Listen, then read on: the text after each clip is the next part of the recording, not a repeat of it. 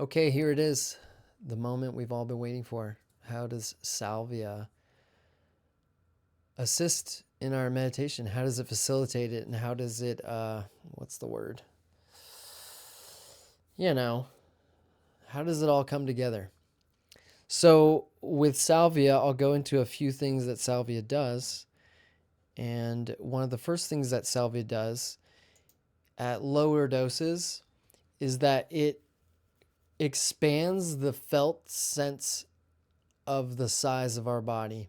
So our body can start to feel a lot bigger than we normally feel it. Like a lot of times when we're just feeling our body, it just feels like it's a certain size. We're feeling it in relation to other things, and we generally feel like, oh yeah, I'm 5 or 6 feet tall or whatever. And what salvia does is makes us feel bigger inside. It makes our body feel bigger. For and this is very I'm saying this loosely because it doesn't always do that, but that's one of the things that it can do. And so in that larger size, we get this higher resolution to our body and to the sensations of it or within it. And that allows us to go deeper into the sensations. And I think it helps us track them easier because they're just bigger, you could say. Um, they're also not always bigger, but it can turn up the volume of what we're feeling too. So that's something to know, especially if there's a lot of uncomfortable sensations in our body. Salvia can really, really turn up the volume on what we're feeling. And I think that that's a reason why a lot of people, when they do salvia, and maybe they've never done it or they haven't done it a lot, they can have a very uncomfortable experience. Their body can feel really tense or contorted or irritated, or they might feel this like anger or intense pain in different areas. And they don't always necessarily know that that's what they're feeling. All their mind is saying is, this is not good. This is uncomfortable. I don't like this at all. And so that's a habit of when we feel uncomfortable sensations, our mind says there's something wrong here. And so that's why the important thing about the meditation practice of sitting with sensations and allowing to be there is we retrain our mind to be with sensations and to not resist them and not create this deeply ingrained mental habit of thinking that these sensations are bad and that we need to resist them or avoid them or distract ourselves at all costs. Um, so, yeah, so salvia also will turn up the volume on sensations, but then also we'll be able to feel more deeply, perhaps how certain sensations relate to other sensations in our body. When we feel one, we might feel something else somewhere else or contraction around it or in other parts of our body.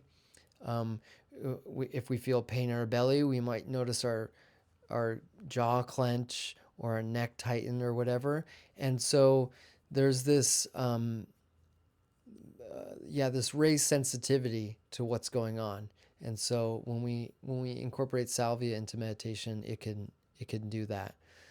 So keep that in mind that a lot of times incorporating salvia with meditation is going to increase the amount of pain and increase the intensity of these states that we feel when we're meditating.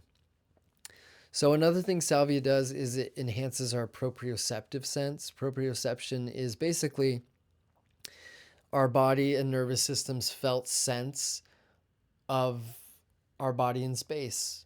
So the way we feel our body in space is sensations relative to other sensations, and we build this proprioceptive map of our body.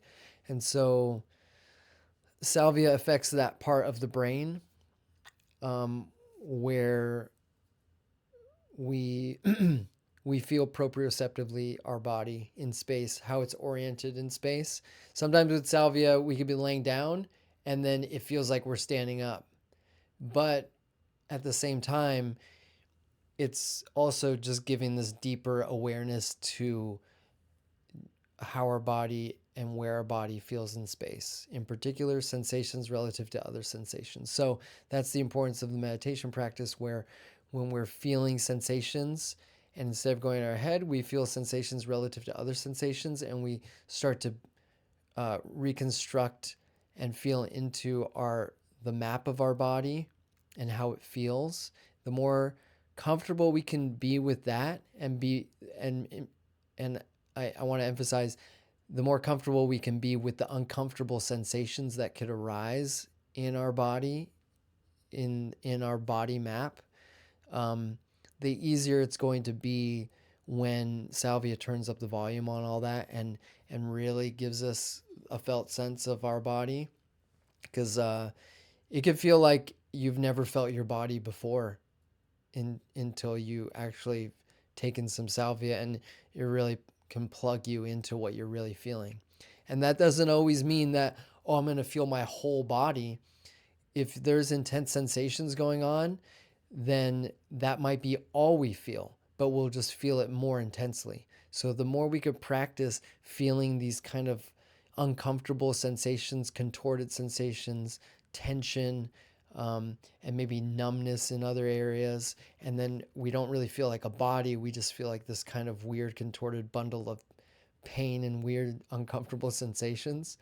The more comfortable we can, I guess, retrain our mind into being comfortable with that, the easier it's going to be when we incorporate Salvia into this.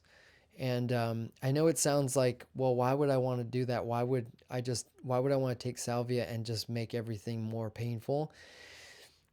The way I view this meditation practice is it's foundational to, I guess you could say, more advanced, working more advancedly with Salvia, where as we get through, we as we get through these stages of getting reacquainted with our body and what it actually feels like, and getting comfortable with the different pains we have, and the body processing these pains so that it starts to become a little bit more comfortable over time, then it's going to lead.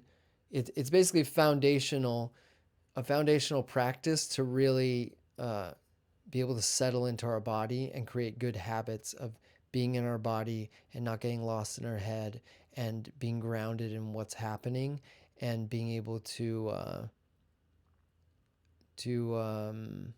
just strengthen that and make that more of our default state. The default state being more in our body. And so the more we can do that, the easier it's going to be to navigate Salvia later on, as we progress with dose and other states and other experiences that can happen on Salvia. Because the way I see it is, at lower doses, we're really in our body.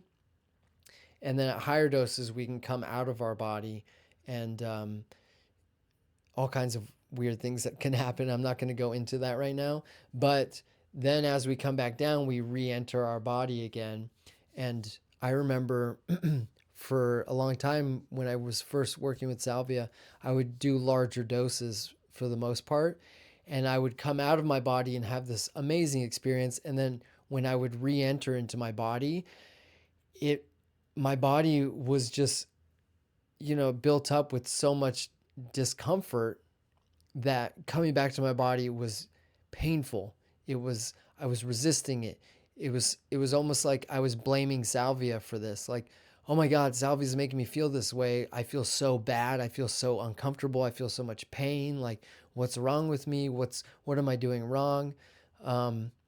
When really what's going on is, like, that's just what my system had in it already. And so if we can develop these habits and create this foundation of a body-centered meditation practice to stay grounded and to be comfortable with being uncomfortable, basically, then our body is going to become more primed for higher dose experiences. And exiting the body and re-entering will be a lot easier, and less painful.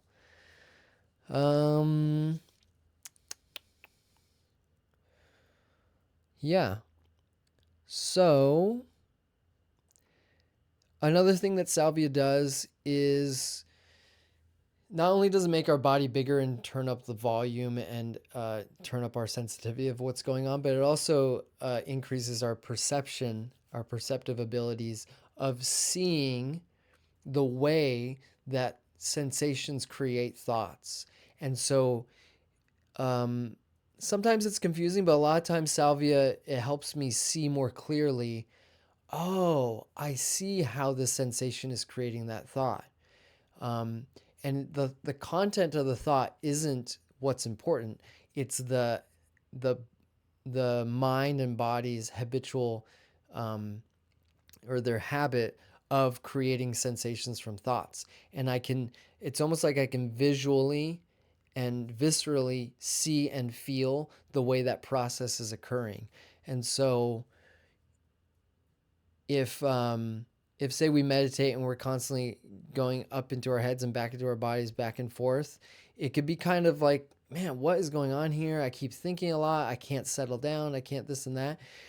With salvia, it can help to see that process a bit more clearly because we have this kind of expanded state, this perspective that in a very real sense, there's this broadening of awareness to get this bigger perspective and this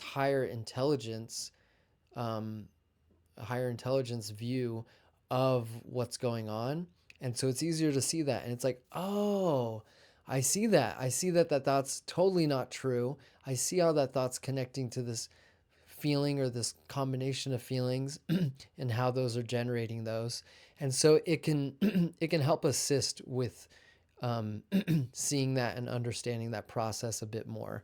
And obviously that's very helpful.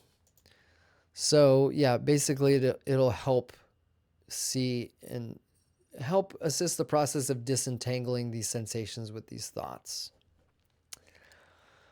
Um, hmm.